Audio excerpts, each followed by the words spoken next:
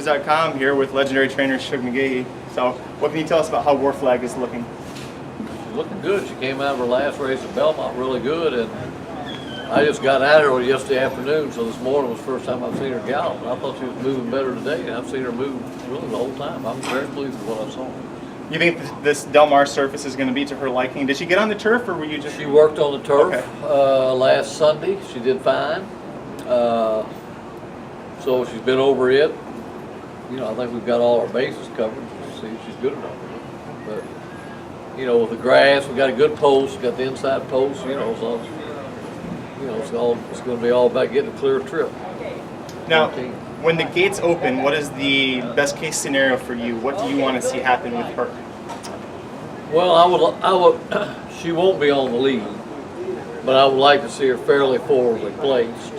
Try to save ground down on the inside. If you got the one, might as well take advantage of it. And, you know, then the jock's going to have to take it from there. You know, just, you know, the race is going to start developing really around the 3/8 pole or so. And, you know, hopefully we're in good position. Like I said, you know, we get a clear path. See what happens. Now, her 4 career starts in the U.S., she's never missed the board, which is a hard thing to do for a European coming over. What is it about her that makes her special in that case? Well, I think that I think she's a very nice filly for one thing, and she has been consistent, and I can give her excuses really for the 2 times she got beat. But I think, you know, she hurt herself in Europe when she was 3, so she had quite a bit of time off.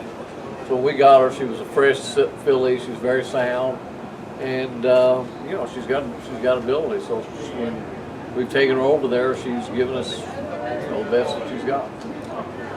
Well, other than how War Flag is doing, who do you think is your top competition in this race?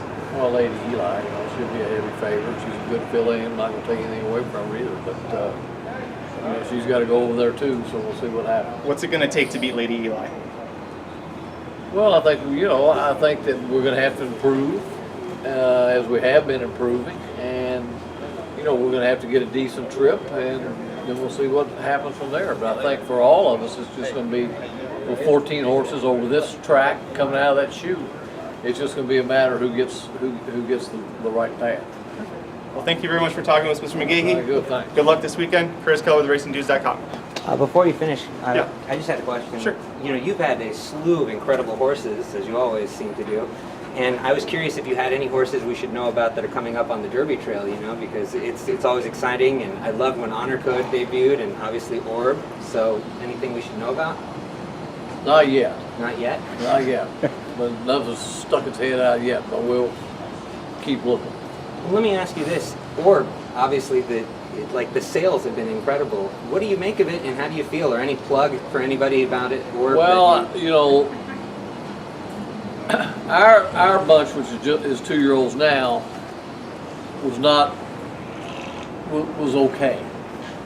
Our yearlings are great, and the foals are great. And I've seen some orbs they're really nice, big, attractive horses, and I think they're catching the people's eye, and they've you know, he's got a little bit of a pedigree that some people hadn't seen before, you know, with the Janney pedigree, and so I think a little bit of that is it. But the good ones are very big, nice, attractive horses, and I think that's what's getting their attention. One last question, as I said, if I ever got the chance to meet you, I would have to ask. So to me, you've done some of the greatest training jobs, if not the greatest training jobs, in the history of horse racing. I've died to know, what is the greatest training job you've seen? Because, I mean, when I look back at the undefeated horses you've trained, I mean, I can't even begin. So what blew you away where you were like, hey, it's good to know for me? Well, one personal incident in the Breeders' Cup, because there wasn't anything I did, or there wasn't anything Randy Romero did. She did that, and so that was all horse. You know, probably, you know, I mean, Pleasant Home was never a real sound horse, and we gave her time, and you know, she runs some spectacular races, and then she runs some that weren't quite as good. You know, even though she might be at 2nd or 3rd, but I think that her Breeders' Cup was probably, you know, when we trained her at Saratoga, and when we brought her down to Belmont to get her ready for the Breeders' Cup. You know, I couldn't really believe how good she looked and how well she'd done and stuff. And she was coming off a tough race at Keeneland, the Spinster, where she finished second over a deep track going in the first turn.